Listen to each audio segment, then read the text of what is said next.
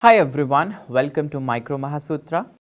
I hope that you have watched the introductory video and now you are aware that in the skin, soft tissue and musculoskeletal system, we are starting with the class first and the topic of discussion is going to be Streptococcus.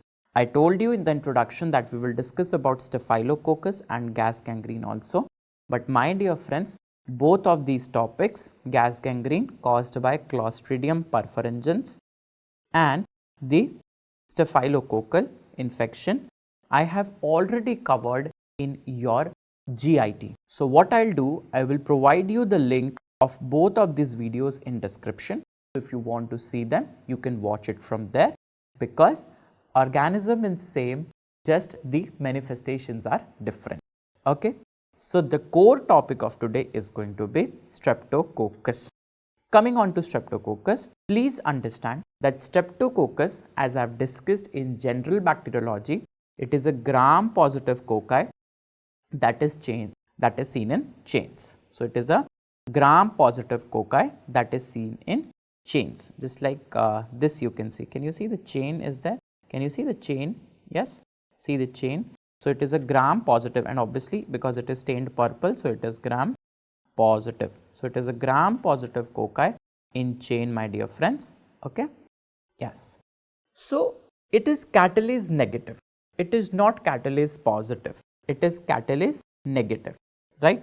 So there's a confusion always running in the brains of most of the students that, sir, what is the difference between Streptococcus and Staphylococcus? So my dear friends, please understand, Staphylococcus and Streptococcus, both of them are gram positive, both of them are cocci, but remember Streptococcus is in chains whereas Staphylococcus is in grape like clusters. Okay. Also, if I talk for catalase, the Streptococcus is catalase negative and Staphylococcus is catalase positive. Now, Streptococcus is known to cause hemolysis in the blood agar.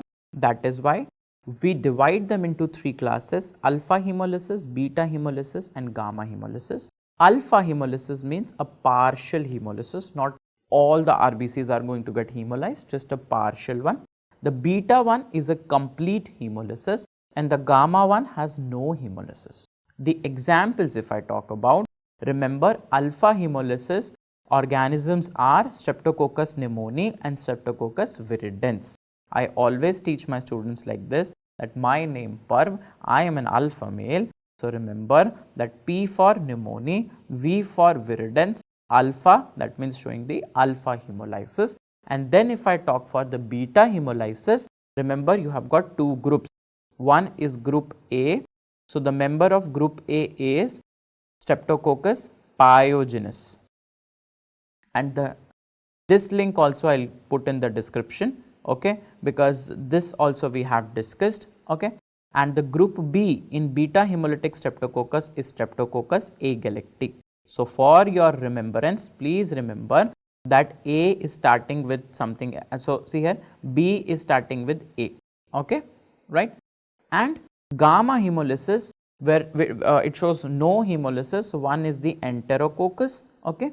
So Enterococcus faecalis is the organism, Enterococcus faecalis is the organism. So alpha hemolysis ones, sorry, the gamma hemolysis one have got the IS word in the end. Can you see IS? Okay. Coming on to Streptococcus pneumoniae, that is going to be the which one? Streptococcus pneumoniae. Can you see here? Yes, this is showing the alpha hemolysis. Streptococcus pneumoniae showing the alpha hemolysis. Okay. So please understand, although most of the Streptococcus they love to be in chain, but Streptococcus pneumoniae loves to be in pair, couple. Okay.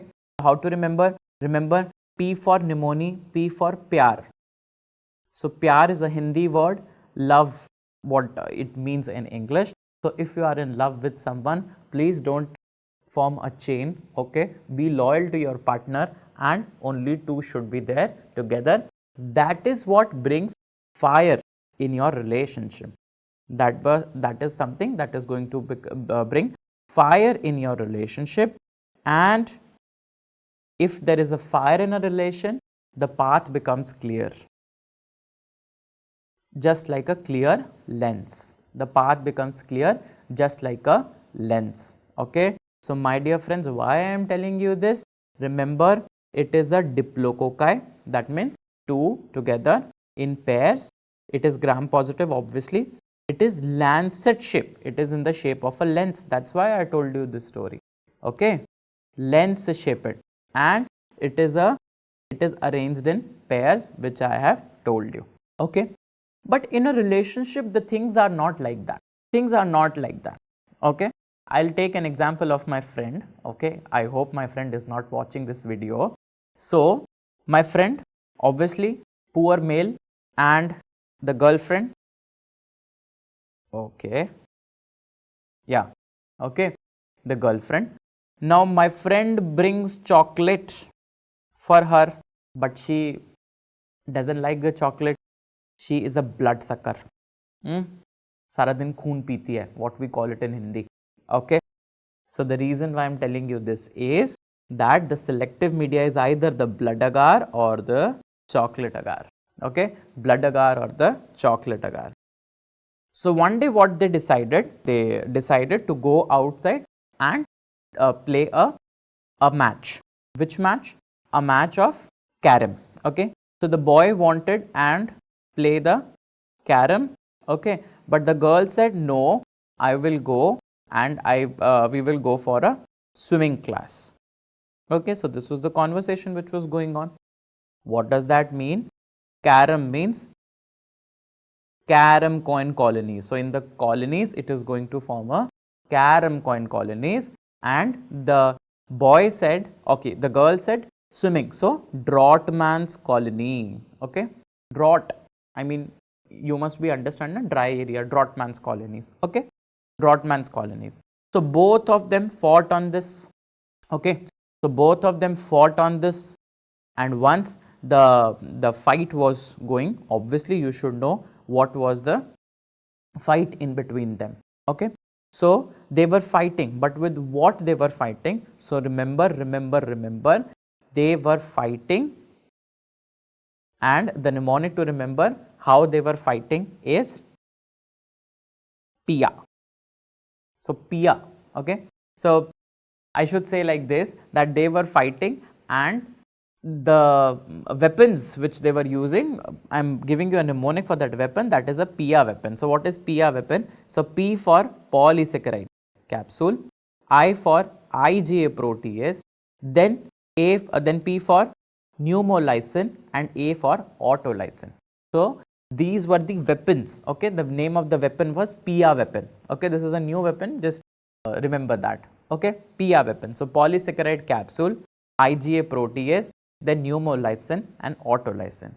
So, my dear friends, whenever capsule comes, I have multiple times told you, capsule comes AVSM for capsule. Okay. So, this is a poetry you should know. So, AVSM means that the capsule is antigenic, the capsule is virulent, the capsule is having serotype. So, because of different capsules, there are different serotypes, and it has got more than 95 serotypes, my dear friends. Okay. And yes, M for mucoid colonies are formed. Okay. A for not antigenic, A for antiphagocytic. So, I think yeah. So, see here, antiphagocytic. Okay. You got it.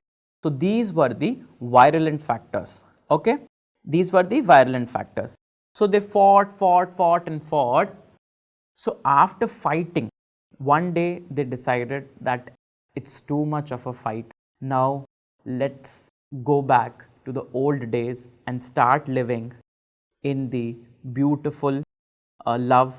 Okay. Let's sing the poem of love once again. Okay. So, poem means that is the mnemonic for the diseases this is causing. So, it is causing pneumonia, otitis media. Otitis means infection, the inflammation. Okay. Inflammation of media means middle ear. Inflammation of middle ear.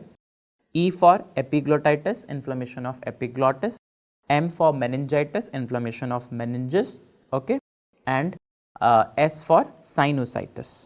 S for sinusitis, which has not been written here. Okay. So, they now started to live together with a beautiful love song, love poem. Okay. Now, coming on to how will you diagnose Streptococcus. First of all, my dear friends, please remember that in order to, because you have seen now pneumonia, so which specimen you are going to take? Yes, for pneumonia, which specimen you are going to take? Obviously, the aspirate, the tracheal aspirate you can take, sputum sample you can take. For otitis media, you have to take a pus sample, epiglottitis again from the epiglottis, meningitis, take the CSF sample and like that. Okay. Now, my dear friends, please understand that what is the laboratory diagnosis? So, first of all, it is a bile soluble one. Okay. So, first of all, it is the bile soluble. Streptococcus is bile soluble. Next, it is optochin sensitivity. Okay. So, the mnemonic, the spelling is strepto. So, can you see these three words PTO? So, PTO, strepto. So, optochin sensitivity, optochin positive. Okay. Coming on to the next one, that is quilling reaction, that is capsular swelling. So, what happens? For example, if I draw the diagram, this is a bacterial capsule which is there, and if I put some antibodies against this bacterial capsule, okay, if I put some antibodies against this capsule, so what is going to happen? The capsule is going to swell up. So, this was the capsule.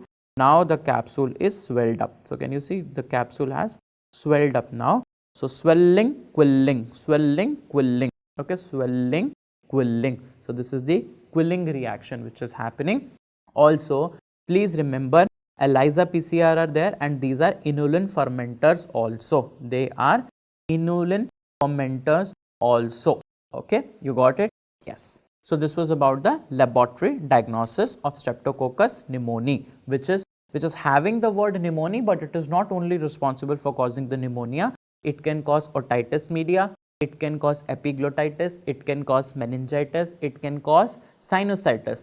Although there is very little of skin involvement in this, so you can skip it. But please remember, the laboratory diagnosis, whatever I have told you, is something which is true for the other Streptococcus also. So, you can copy paste. The virulence factor also you can copy paste, and the selective media and everything also you can copy paste, no issues at all.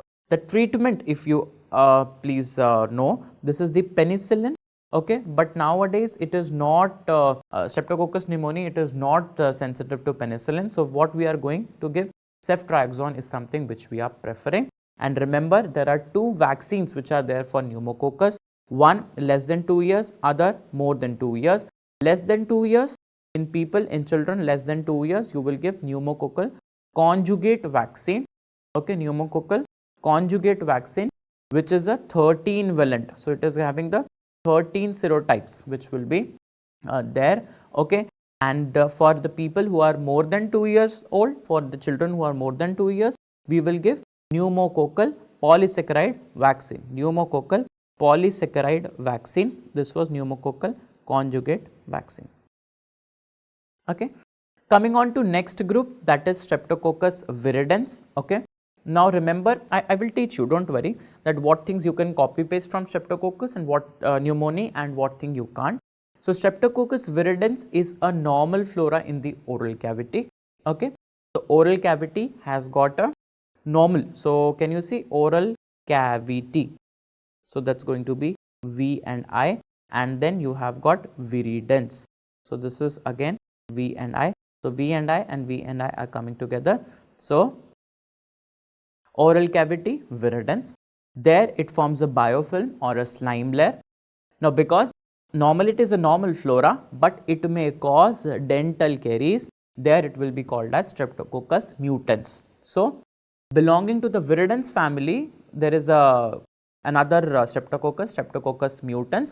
It is responsible for causing the dental caries, and prosthetic valve endocarditis is also. So, prosthetic valve is not the natural valve, it is the artificial valve which is placed inside the hearts of many people.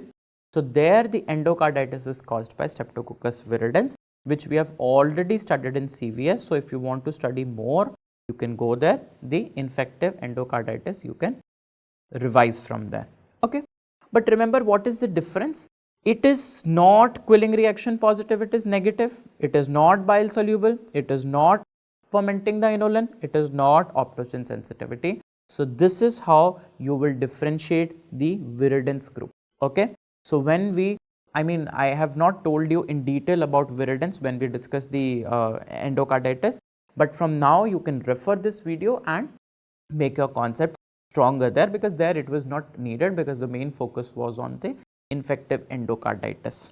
Okay. Coming on to the next one, group B Streptococcus or Streptococcus agalacti.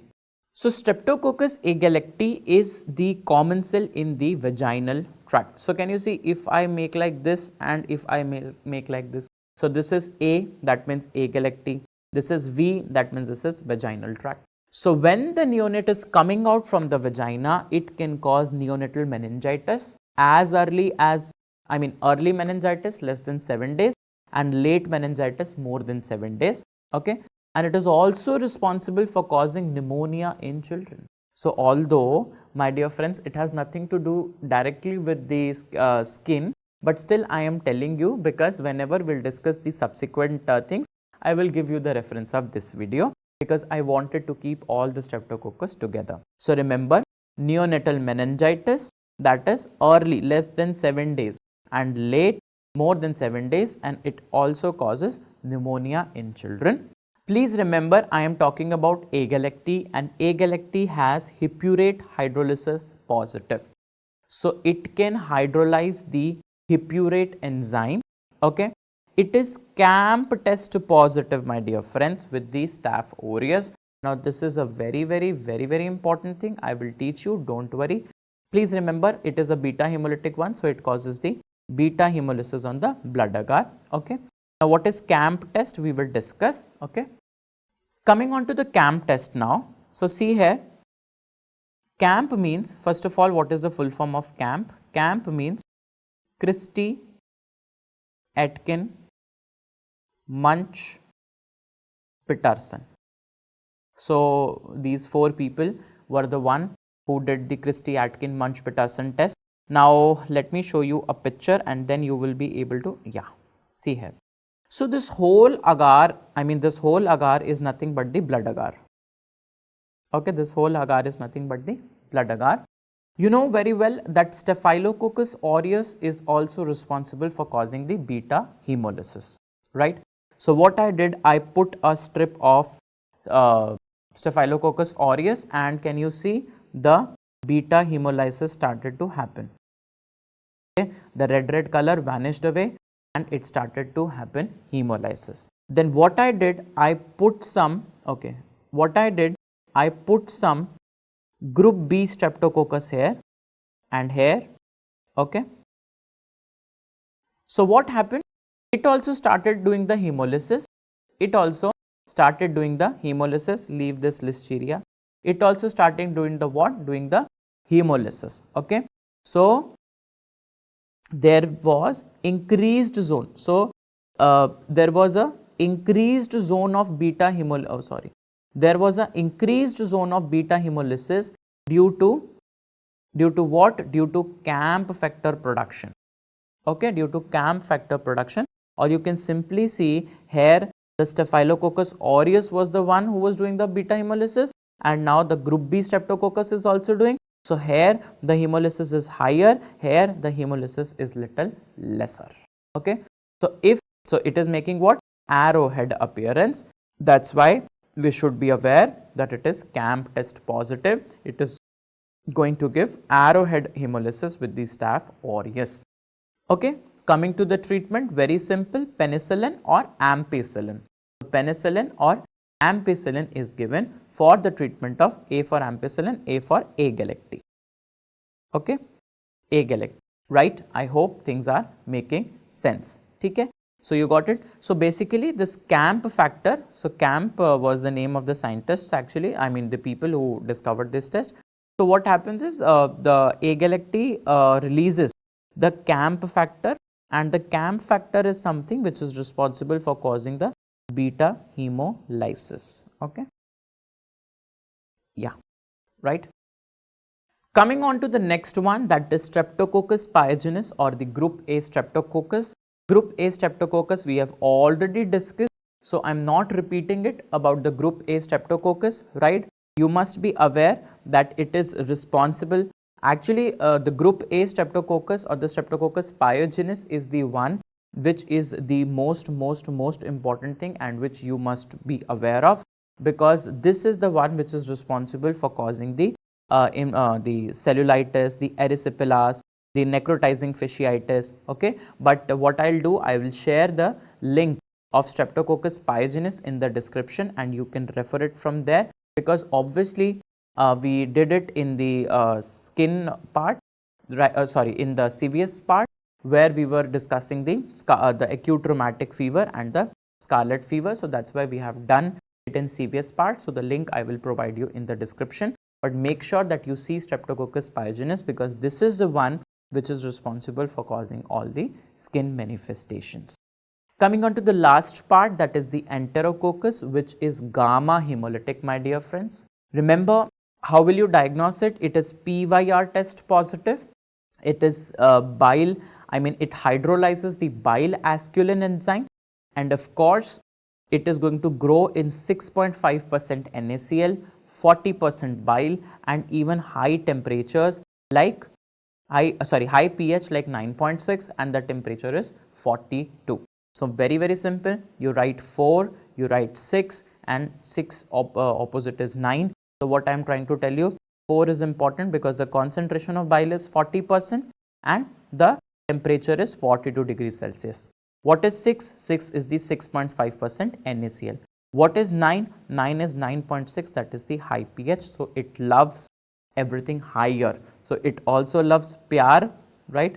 The love, okay. So love also it wants on higher side, that's why it is PYR also positive, okay. And just to remember that Enterococcus is little masculine, okay. So asculene, masculine, same, bile, masculine, hydrolysis positive. Now you can connect these both things. Nowadays, girls love the gym boys, So masculine, asculene, and pyar, that is PYR test positive, and all the things I have told you. Remember, Enterococcus enters the hospital, okay. Enterococcus enters the hospital. So it is responsible for causing the hospital acquired infections like UTI, meningitis, wound infection. Now since it is responsible for wound infection, it is important for you to remember this, okay, and obviously endocarditis as well, okay. The drug of choice for Enterococcus is vancomycin, but if it is a vancomycin resistant case, okay, if it is a vancomycin resistant case, there you have to supply the linezolid and daptomycin to the Enterococcus, okay. So please remember this is important, okay. So just for the treatment purpose, if you want to remember, the mnemonic is devil.